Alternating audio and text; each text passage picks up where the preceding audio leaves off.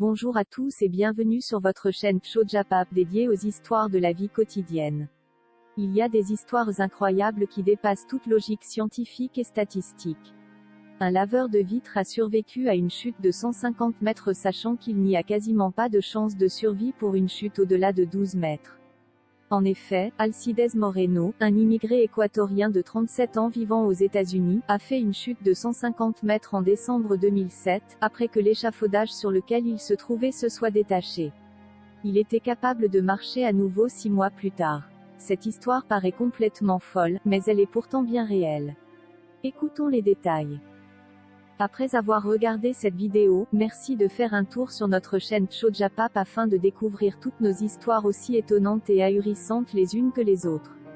N'hésitez pas à vous abonner et activer la cloche de notification afin de ne manquer aucune de nos publications, si vous êtes nouveau parmi nous.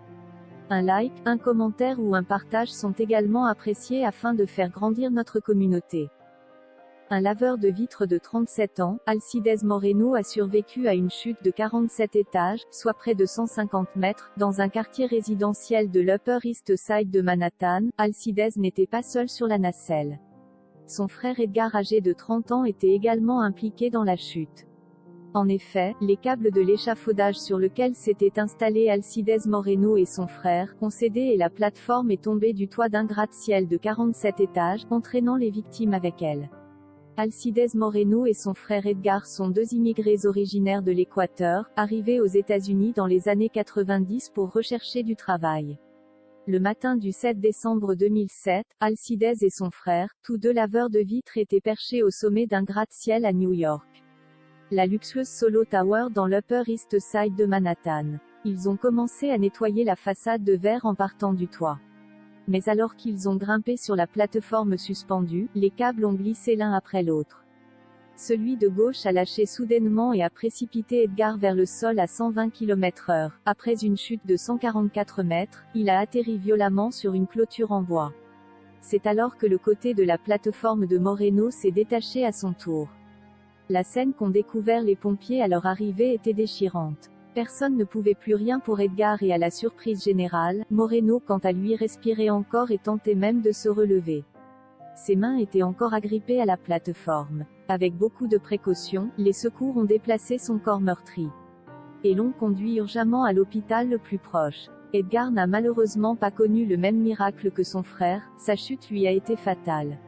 En effet, Edgar 30 ans, est mort sur le coup. Il a été enterré en Équateur, d'où étaient originaires les frères. Les médecins qui se sont occupés de Moreno ont avoué être impressionnés par le rétablissement de ce dernier après une telle chute. La liste de ses blessures était longue. Il était entre autres, blessé au cerveau et à la colonne vertébrale. Il s'était fracturé un bras, des côtes et les jambes. Des opérations se sont enchaînées pour le sauver. Dans les premières heures, les docteurs lui ont donné 11 litres de sang, soit plus du double de la quantité de sang contenue dans notre corps. Ils lui ont également transmis du plasma, des plaquettes sanguines et des médicaments afin de stimuler la coagulation et de stopper les hémorragies.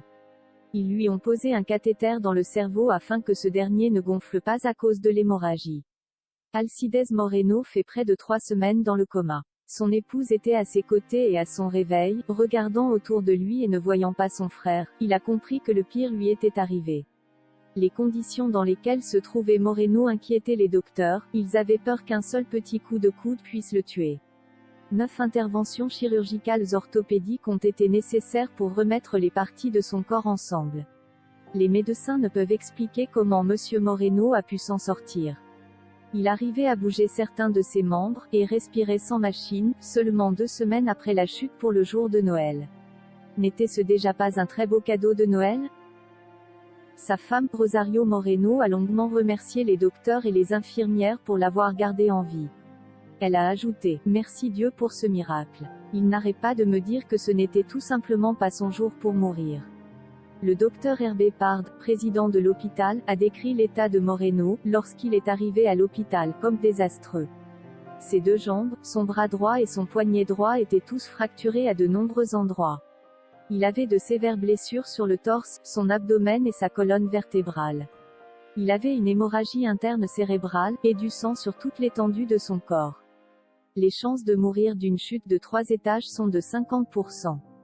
Ceux qui tombent de 10 étages ou plus ne survivent pas. Ce qui rend l'histoire de Alcides Moreno d'autant plus extraordinaire. Survivre à une chute de 47 étages est au-delà du possible, a déclaré le docteur Hervé Pard. Les docteurs pensent qu'Alcides s'est accroché à la nacelle, ce qui aurait amorti les dégâts de la chute, lui offrant un semblant de protection. Rosario Moreno a dit que son mari était conscient lors de la chute, mais ne se souvenait que de peu de choses.